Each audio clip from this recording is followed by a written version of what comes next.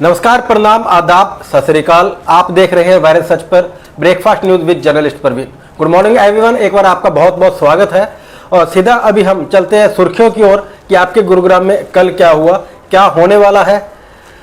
पटौदी के पूर्व एसडीएम एवं हिसार मंडल आयुक्त के मौजूदा ओएसडी राजेश प्रजापति को स्टेट विजिलेंस गुरुग्राम की टीम ने रिश्वतखोरी के मामले में किया गिरफ्तार। 2 साल पहले पटौदी में एक व्यक्ति ने की थी शिकायत, जांच के बाद हुई गिरफ्तारी।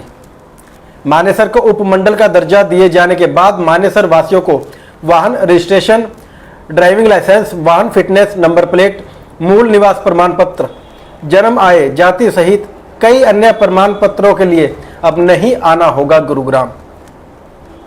मेदांता अस्पताल में भर्ती उत्तर प्रदेश के पूर्व मुख्यमंत्री मुलायम सिंह यादव से मिले हरियाणा के पूर्व मुख्यमंत्री ओम प्रकाश चौटाला। तीसरे मोर्चे के गठन पर हुई चर्चा।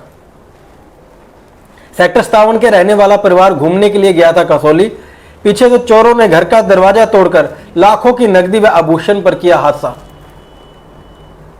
नाहरपुर गांव में पत्नी से झगड़ा कर रहे पति की पड़ोसी ने जमकर की पिटाई। बुरी तरह से घायल पीड़ित का अस्पताल में चल रहा है इलाज। गुरुग्राम पुलिस के 3 मुलाजिम निलंबित। बिना अनुमति के वकील के घर में दी थी दबिश। वकील की शिकायत पर हुआ था मामला दर्ज। गुरुग्राम के पुलिस कमिश्नर को जांच के लिए मिला 4 हफ्ते का समय। जांच के बाद लिया गया एक्शन। उद्योग विहार में वाइन शॉप के बाहर बेसबॉल बैट से 2 युवकों पर हमला, एक की हालत गंभीर। उत्तम नगर के रहने वाले पीड़ित की शिकायत पर मामला दर्ज। फारूक नगर के सरकारी स्कूल में पिछले काफी समय से नए कमरों का निर्माण न होने की जांच के लिए जिला उपायुक्त ने किया कमेटी का गठन। तो ये थी समाचार पत्रों की सुर्खियां। अभी चलते हैं खबरें विस्तार की ओर, लेकिन आप सभी से अनुरोध, अपील, गुजारिश कि आप इस वीडियो को अभी शेयर कर दें, लाइक कर दें, ताकि ज़्यादा से ज़्यादा लोगों तक यह जानकारी पहुंच सके कि रोजाना 10:30 बजे सुबह हम मिलते हैं आपको ब्रेकफास्ट न्यूज़ के साथ। मानेसर बना उपमंडल, अब एसडीएम भी यहाँ बैठेंगे। आरसीडीएल के लिए नहीं जाना होगा गुड़गांव। एक बड़ी पहल घोषणा सरकार के द्वारा की गई है, जिसका बहुत लाभ मानेसर वासियों को मिलने वाला है। मुख्यमंत्री मनोहर लाल ने मंगलवार को मानेसर को उपमंडल बनाने की घोषणा कर दी।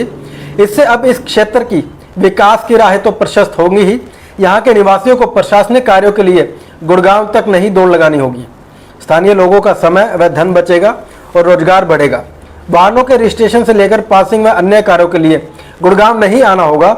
लोग उच्च अधिकारियों तक अपनी समस्याएं व मांगे तहसीलदार के बजाय एसडीएम के माध्यम से पहुंचा सकेंगे। मानेसर उपमंडल बनने की घोषणा के बाद वहां के लोगों में काफ़ी खुशी है। मानेसर में पहले तहसील जरूर बनाई गई थी, यहाँ न कोई नगर पालिका या नगर परिषद स्थापित की गई थी और न ही यह क्षेत्र जून 2008 से स्थापित गुड़गांव नगर निगम में आता था। 24 दिसंबर 2020 को मानेसर इंडस्ट्रियल एरिया और उसके साथ लगते 24 से अधिक गांवों को जोड़कर मानेसर नगर निगम बनाया गया। इस समय से मानेसर की कुल आबादी करीब 8 लाख से ऊपर है। अब मंगलवार को मुख्यमंत्री ने राज्य में 8 नए उपमंडल बनाने की घोषणा की है। तो मानेसर वासियों में एक खुशी की लहर है। उन्हें बहुत सुविधाएं इससे मिलने वाली है कि मानेसर अब उपमंडल बन चुका है। अनेक डॉक्यूमेंट्स जो उन्हें गुड़गांव आकर बनवाने पड़ते थे, अब उन्हें मानेसर में ही सरकार द्वारा यह सुविधाएं मिल पाएंगी।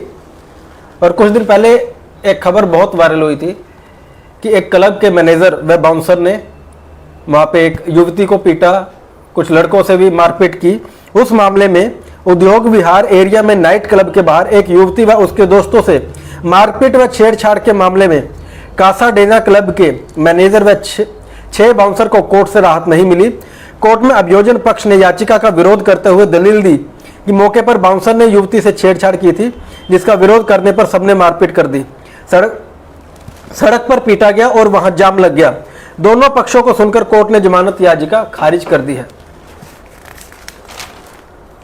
भ्रष्टाचार के आरोप में पटौदी के पूर्व एसडीएम गिरफ्तार।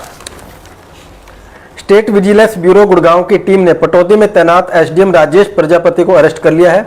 उनके खिलाफ करप्शन एक्ट समेत अन्य धाराओं के तहत स्टेट विजिलेंस ब्यूरो के गुड़गांव थाने में एफआईआर दर्ज की गई थी। फरीदाबाद के रहने वाले एक शख्स का जमीन विवाद के मामले में अपील केस चल रहा है। आरोप है कि इस केस में फरीदाबाद निवासी व्यक्ति को फायदा पहुंचाने की एवज में 2011 बैच के HCS अधिकारी राजेश प्रजापति ने 50 लाख रुपए की मांग की थी, जिसमें से 17 लाख रुपए वह ले चुके थे। विजिलेंस टीम की जांच में भ्रष्टाचार के आरोप सही पाए गए।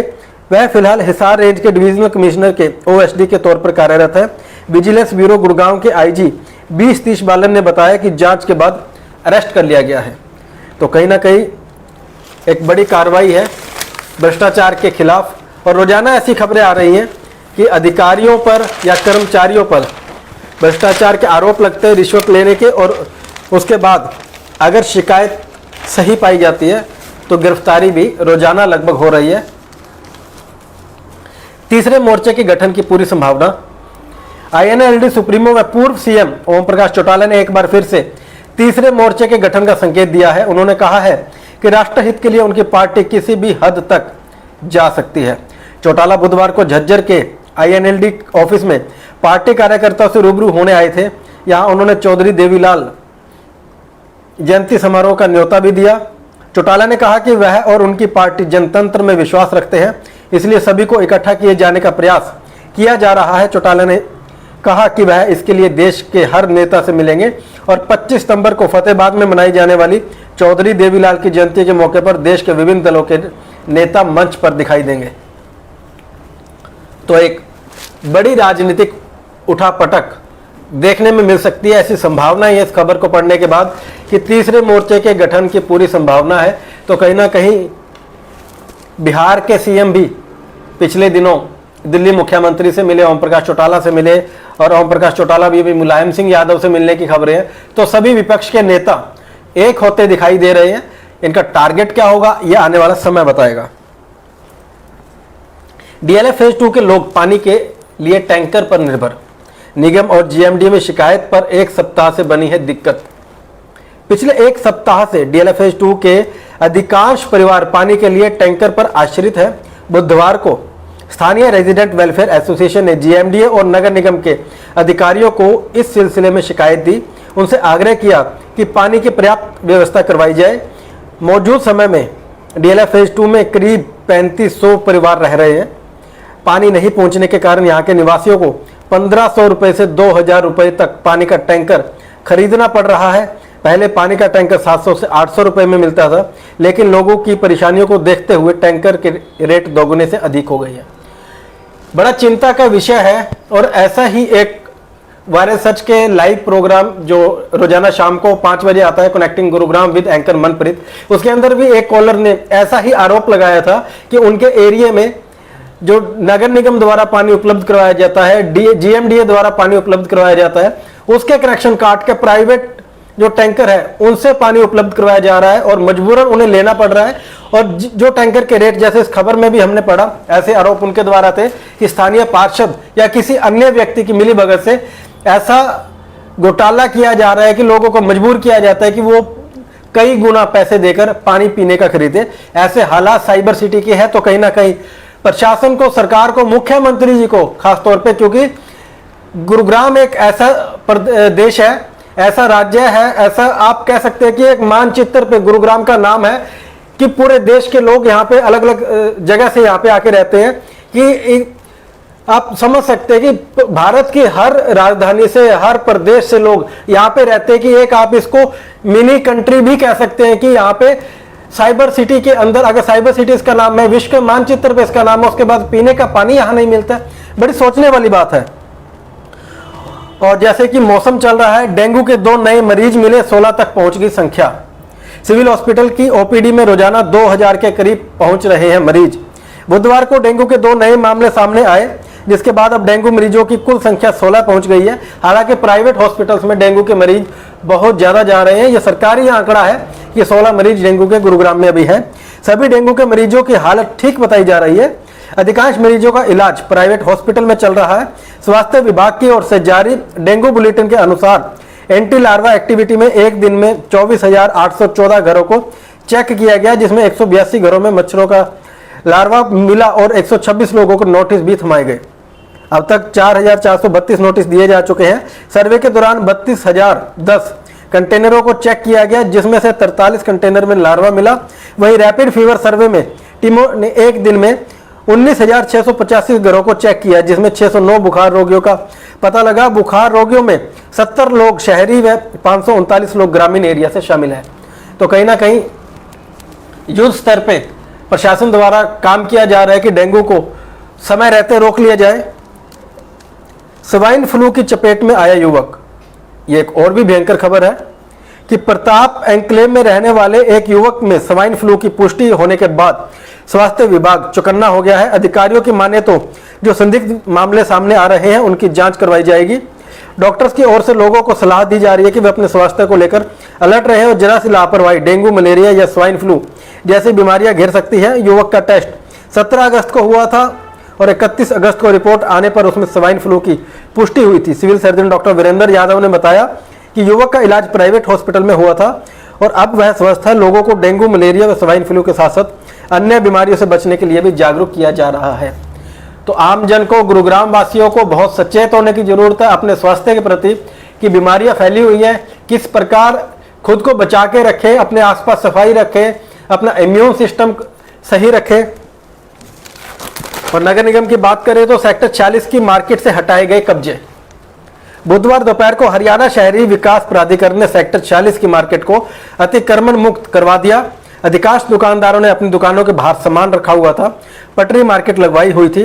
मार्केट को अतिक्रमण मुक्त करने के बाद दुकानदारों को चेतावनी दी गई है कि यदि अगली बार अतिक्रमण किया तो उनकी दुकानों को सील किया जाएगा।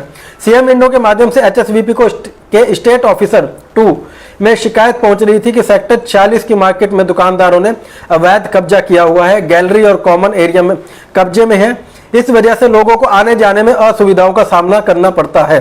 बुधवार दोपहर को स्टेट ऑफिसर 2 संजीव सिंगला के आदेश पर अतिक्रमण दस्ता मौके पर पहुंच गया। दस्ते के पहुंचते ही भगदड़ मच गई। रेडियो और अवैध निर्माण को जेसीबी की मदद से तोड़ दिया गया। इस मौके पर जेई योकेश कुमार, एनके राणा, बलराज सिंह, अमनदीप, विकास सैनी, परमिंदर सिंह अन्य आदि मौजूद रहे। तो जैसे कि यहाँ हम फोटो भी देख पा रहे हैं कि बेकार चाय का एक खोखा था जो तोड़ दिया गया। हालांकि उनका ब्रांड नेम था बेकार चाय, चाय सही थी या गलत थी, लेकिन वो खोखा अवैध था जिसे नगर निगम ने तोड़ दिया। और कल आपने वायरस सच के माध्यम से एक एक्सक्लूसिव खबर आपने देखी थी, सबसे पहले आप तक पहुंची थी हरेरा ऑफिस से, जो एक खबर वहां से लाइव की गई कि 4 साल से लोग परेशान हैं, इंसाफ का इंतजार करते करते परेशान हो चुके हैं। और कल आपने देखा कि मुंबई, दुबई से आए लोग भी परेशान, हताश वहां पे दिखाई दिए। वही खबर एक बार हम यहाँ पे आपको सुनाएंगे। 4 साल से हरेरा के काट रहे चक्कर किया प्रदर्शन। बुधवार दोपहर बाद सेक्टर 37D स्थित ILD ग्रीन्स के बायस ने Haryana real estate regulatory authority के बाहर प्रदर्शन किया। बायस ने साल 2008 में फ्लैट बुक करवाया था। साल 2008 में फ्लैट बुक करवाया था। 4 साल पहले हरेरा में याचिका दायर की थी जो अब तक विचाराधीन है। 14 साल के फ्लैट्स के पोजीशन का इंतजार कर रहे हैं। बायर निधि और मनमोहन ने बताया कि साल 2010 में पोजीशन देने का वादा किया गया था, अब तक पोजीशन नहीं मिली है। करीब 250 परिवार परेशान है। 4 साल से हरेरा के चक्कर काट रहे हैं लेकिन राहत नहीं मिली। और कल तो ऐसा भी मामला सामने आया कि जो हरेरा के चेयरमैन है के खंडेलवाल, ऐसे आरोप यहाँ पे प्रदर्शनकारियों द्वारा लगाए गए कि आज उन्हें फाइनल फैसला सुनाना था लेकिन वो खिसक गए। तो कहीं ना कहीं प्रशासन की मिली भगत यहाँ पे दिखाई देती है। आखिर क्यों बिल्डरों के आगे नतमस्तक है प्रशासन? आखिर क्यों जो असली उद्देश्य रेरा को बनाने का था, रेरा अथॉरिटी का था, तो क्यों वो मकसद अपना साकार, वो सपना साकार नहीं हो पा रहा है कि जो बायर्स परेशान होते हैं उनको सही उनका हक मिल सके। अगर हरेरा के अंदर भी 4 साल से उन्हें इंतजार करना पड़ रहा है, कहीं ना कहीं जो टाइम लिमिट इसके अंदर दी गई थी फैसला सुनाने की, उससे भी ऊपर यह समय हो चुका है। गुरुग्राम में लंपी वायरस से गोवंश बदहाल, 250 से अधिक गाय संक्रमित। पंजाब केसरी गुरुग्राम एडिशन की हम बात कर रहे हैं, गुरुग्राम केसरी की। गुड़गांव में लंपी वायरस से संक्रमित होने वाली गायों की संख्या लगातार बढ़ रही है। बुधवार को गुड़गांव में लंपी से संक्रमित गायों की संख्या बढ़कर 250 हो गई है। वहीं पिछले 15 दिनों में केवल 42 गायें ही ठीक हुई हैं। लेकिन पशुपालन विभाग के अधिकारियों ने संक्रमित गायों के सैंपल जांच के लिए जालंधर व भोपाल में मात्र 7 ब्लड सैंपल भेजे हैं। पशुपालन विभाग के आंकड़ों के अनुसार गुड़गांव में 65,055 कुल गायें हैं, जिनमें से 64,000 गायों को बचाव का टीका लगा दिया गया है। लेकिन इसके बावजूद भी लगातार गायों में लंपी वायरस फैलता जा रहा है। वैक्सीनेशन का ज़्यादा असर अभी दिखाई नहीं दे रहा है। जिला में लंपी वायरस तेजी से फैल रहा है। जिला के ग्रामीण क्षेत्रों में हालात ऐसे हैं कि पशुपालकों की चिंता बढ़ती जा रही है। सैजावास गांव के राजवीर ने बताया कि उनके गांव में 25 गायें संक्रमित हो चुकी है, जबकि गांव केवल 100 ही गायें हैं। इसी तरह रिठोस गांव में 15 से अधिक गांवों में लंपी वायरस फैल चुका है। पशुपालन विभाग के एसडीओ डॉक्टर सुरेंद्र यादव ने बताया कि सोना ब्लॉक में 67 गायें संक्रमित बताई गई हैं। पशुपालन विभाग की उप निदेशक डॉक्टर पुनीता गहलावत ने बताया कि बुधवार तक 250 गायें संक्रमित हो चुकी हैं। तो कहीं ना कहीं बहुत चिंता का विषय प्रशासन के लिए, पशुपालकों के लिए बना हुआ है और हर व्यक्ति के लिए है कि गौवंश ऐसी बीमारी से ग्रसित हो चुका है कि ऐसी एक लंपी वायरस की बीमारी ऐसी फैली कि अभी तक वैक्सीनेशन का भी असर उस पर नहीं दिखाई दे रहा है। आखिर कैसे इसका इलाज हो पाएगा, कैसे इस पर रोकथाम हो पाएगी, ये आने वाले समय में मालूम होगा। अगली खबर पे चलते हैं। अब अप्पू घर की पार्किंग इस्तेमाल करने पर जुर्माना लगाने की तैयारी। हरियाणा शहरी विकास प्राधिकरण ने 2 एकड़ जमीन पार्किंग में इस्तेमाल करने पर अप्पू घर पर जुर्माना लगाया है। यह जुर्माना 50 रुपए वर्ग फुट की दर से वसूला जाएगा। अप्पू घर के संचालक पर आरोप है कि 2013 से लेकर 31 जुलाई 2022 तक जमीन पार्किंग के रूप में इस्तेमाल की गई। वाहनों से पार्किंग शुल्क वसूला गया। बकाया राशि के साथ जुर्माना भुगतान करने के निर्देश दिए गए हैं। एचएसवीपी के संपदा अधिकारी 2 संजीव सिंगला ने कहा कि अप्पू घर संचालन के दौरान 2 एकड़ जमीन को पार्किंग के रूप में प्रयोग किया गया, जबकि पार्किंग के लिए मॉल के प्रोजेक्ट में अनुमति दी गई थी। प्रोजेक्ट पूरा नहीं होने पर जमीन को व्यावसायिक रूप से इस्तेमाल हुआ, जो एग्रीमेंट नियमों के खिलाफ था। ज्ञात हो कि लीज किराया न चुकाने पर रविवार को अप्पू घर वाटर पार्क को सील कर दिया गया था। कहीं ना कहीं प्रशासन भी यहाँ पे सवालों के घेरे में नजर आता है कि 31 जुलाई 2022 तक जमीन को पार्किंग के रूप में प्रयोग किया गया, उस पर जुर्माना वसूला जाएगा। और आरोप है कि 2013 से लेकर, तो इतने लंबे समय से प्रशासन कहां पे सोया हुआ था? क्या जितने भी अधिकारी आते थे क्या उनको चाय पिला दी जाती थी? क्या उनको सुविधा शुल्क दे दिया जाता था? आखिर उनके ऊपर जांच कब होगी? कितने लंबे समय से जब राजस्व का चूना लग रहा था, कहीं ना कहीं सरकारी संपत्ति को व्यावसायिक रूप से प्रयोग किया जा रहा था, तब प्रशासन ने आंखें क्यों मूंदी हुई थी? उस समय से लेकर अब तक जो अधिकारी थे, क्या उनके ऊपर भी कार्रवाई होगी या फिर सिर्फ अप्पू घर के मालिक के ऊपर ही जुर्माना लगाकर एक खाना पूर्ति करने का प्रयास किया जाएगा? अब गुरुग्राम में नो पार्किंग में खड़ी कार के होंगे चालान, पुलिस ने की तैयारी। साइबर सिटी में आजकल नो पार्किंग जोन में गाड़ी खड़ी करने पर अब ट्रैफिक पुलिस द्वारा उस गाड़ी को लिफ्ट करके जुर्माना वसूला जाएगा। यह पहली बार नहीं हो रहा, यह पहले से चला आ रहा है, लेकिन कुछ लोग आज भी नो पार्किंग में गाड़ी खड़ी करके इधर उधर चले जाते हैं, जिसके कारण कई बार जाम की स्थिति पैदा हो जाती है। इसलिए अब ट्रैफिक पुलिस द्वारा ऐसी गाड़ियों के चालान किए जाएंगे। साथ ही ऐसी गाड़ियों पर सीसीटीवी से नजर भी रखी जाएगी कि गाड़ी कहीं नो पार्किंग जोन में तो नहीं खड़ी। गुड़गांव में पार्किंग की सुविधा कुछ ही स्थानों पर है। ऐसे में अक्सर कार चालक सड़कों के किनारे गाड़ी खड़ी करके अपने काम के लिए निकल जाते हैं, लेकिन इसी तरह की कारों से ट्रैफिक जाम की स्थिति बनी रहती है। हालांकि पुलिस इस तरह की खड़ी गाड़ियों के खिलाफ कार्रवाई तो पहले भी करती आ रही है, लेकिन यह अभियान अब तेज होगा। बहुत अच्छा अभियान है कि नो पार्किंग के एरिया में गाड़ियां जो खड़ी होती है उन्हें लिफ्ट करके उन पर जुर्माना लगाया जाएगा। लेकिन यहां भी प्रशासन की जो नाकामयाबी है वो सामने आती है कि अभी जीएमडीए द्वारा शहर में लगभग 4000, आंकड़ा सुनिएगा कि लगभग 4000 नो पार्किंग के बोर्ड सड़कों के किनारे लगा दिए गए हैं कि नो पार्किंग नो पार्किंग, लेकिन पार्किंग करनी कहां है यह प्रशासन द्वारा नहीं बताया गया। बताएंगे भी कैसे, क्योंकि पार्किंग की कोई जगह नहीं है। अभी तक तो सिर्फ कल हमने खबर पड़ी थी कि कुछ स्थानों पर सरकारी प्रॉपर्टीज को पार्किंग के लिए प्रयोग करने का एक प्लान बनाया गया है। प्लान बनाया गया है, उससे पहले नो पार्किंग के बोर्ड लगा दिए गए और नो पार्किंग के लगभग 4000 बोर्ड। आप समझ सकते हैं कि उन पोल्स पे कितना बजट आया होगा। और बड़े ताज्जुब की बात यह है कि अगर किसी सड़क के दोनों किनारे नो पार्किंग के बोर्ड लगाए गए, बहुत अच्छी बात है कि साइडों पे कहीं ना कहीं लोग गाड़ी खड़ी करके चले जाते हैं। लेकिन आप देख सकते हैं कि न्यू कॉलोनी मोड़ से जब आप मदनपुरी की ओर जाते हैं, सड़क के बीच में जो डिवाइडर है उसके ऊपर नो पार्किंग के बोर्ड लगाए गए। आखिर इन समझदार अधिकारियों से कोई जानना चाहे कि चलती सड़क के बीच में गाड़ी कौन पार्क करता है, डिवाइडर के पास गाड़ी कौन पार्क करता है, और वहां पे वो नो पार्किंग का बोर्ड लगाने का औचित्य है। कारण हम आपको बताना चाहेंगे कि उस जगह पे साइडों पे पोल लगाने तक की जगह नहीं है, वहां पे इतना अतिक्रमण हो चुका है, और वो अतिक्रमण प्रशासन की आंखों के सामने हुआ है। कहीं ना कहीं सेटिंग का खेल वहां पे हुआ है, आप उसे हटा नहीं पाएंगे, तो इस वजह से उन्होंने बीच में पोल लगा के अपना बजट पूरा करने का प्रयास किया, और उनका जो प्लान था वो पूरा करने का प्रयास किया। और अगर आला अधिकारी इस खबर को देख रहे हैं, आपसे अनुरोध है कि आप अपने एक टीम गठित करके आप ग्राउंड पे भेजिए। आप पाएंगे कि वहां में कि डिवाइडर के ऊपर नो पार्किंग के बोर्ड लगे हैं, और जहां पे लगने चाहिए थे वहां पे नहीं लगे हैं। क्यों नहीं लगे, उस पर जांच की जाए, और जो दोषी अधिकारी है उनके ऊपर भी कार्रवाई की जाए। सभी भार जनता के ऊपर नहीं डालने गए। प्रशासन को समझने की जरूरत है कि आप जनता की सहूलियत के लिए बनाए गए हैं। अगर आपको सैलरी मिलती है तो जनता टैक्स पे करती है तो आपको मिलती है, लेकिन वो आपको वसूली करने के लिए नहीं है। आपको कहीं ना कहीं जनता की सहूलियत के बारे में सोचना होगा, और कहीं ना कहीं जो आम जनता को परेशानी करनी पड़ती है। अब इसी के साथ एक और खबर ध्यान में आई, आप दौलताबाद फ्लाईओवर की बात करें या न्यू कॉलोनी मोड़ की बात करें, यहां पे काफी लंबे समय से रेड लाइट खराब है, ग्रीन लाइट खराब है, उसे ठीक नहीं करवाएंगे, लेकिन वहां पे ट्रैफिक पुलिस के कर्मचारी अधिकारी खड़े कर दिए गए कि चालान काटे जाए। जनाब, जो जीएमडीए ने करोड़ों रुपए खर्च करके ऊपर सीसीटीवी कैमरा लगवाए थे, वो किस लिए लगे हैं?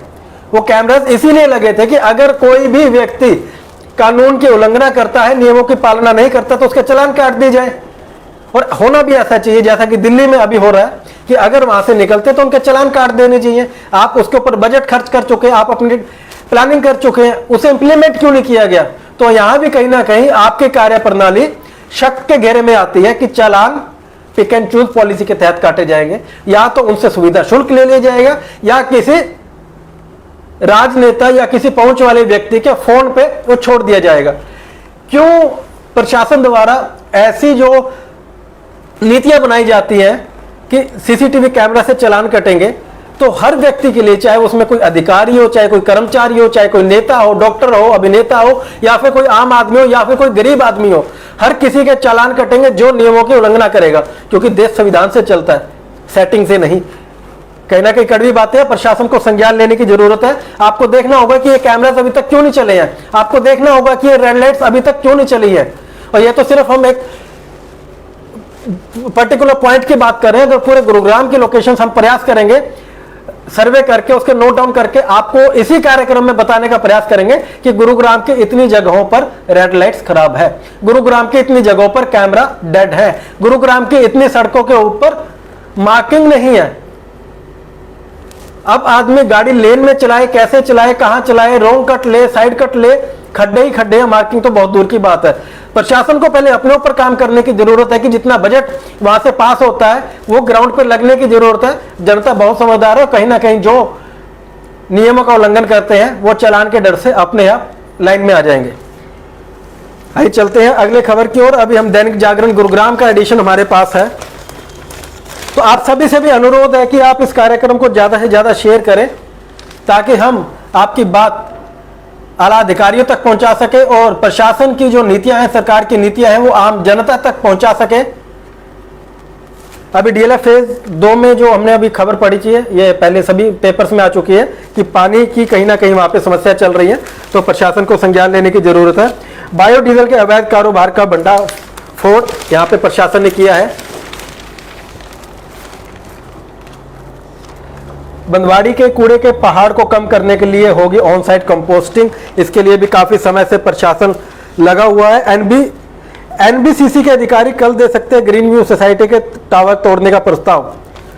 देर आए दुरुस्त आए, कहीं ना कहीं जो लोग अभी यहाँ पे किराए पर रह रहे हैं और बिल्डर द्वारा उनको किराया दिया जाना था, वो समय पूरा हो चुका है, तो वहाँ के जो पीड़ित है उन्होंने प्रशासन से अपील की थी, तो कहीं ना कहीं इसके ऊपर कार्रवाई होती नजर आ रही है। तो ये थी आज के समाचार पत्रों की सुर्खियां और विस्तार से खबरें। रोजाना हम मिलेंगे आपको इसी प्लेटफॉर्म पे नई खबरों के साथ, नई जानकारियों के साथ। और रोजाना जैसे कि शाम को आप देखते हैं कि हम सभी वार्ड्स की यहाँ पे बात कर रहे हैं, वार्ड के आपके वार्ड में विकास हुआ, विनाश, क्या काम हो पाए, क्या आप पार्षद के काम से संतुष्ट है, क्या वादे जो आपसे किए गए थे वो वादे पूरे हो पाए या वादे ही रह गए, क्या दिल के आंसुओं में बह गए? आपने जो चीजें सोची थी, यहाँ पे पक्की गलियां होंगी, सीवरेज होगा, क्या वो हो पाया? नहीं हो पाया। आज शाम को फिर एक नए वार्ड के साथ आपको मिलेंगे। आप वारे सच को देखना ना भूलें।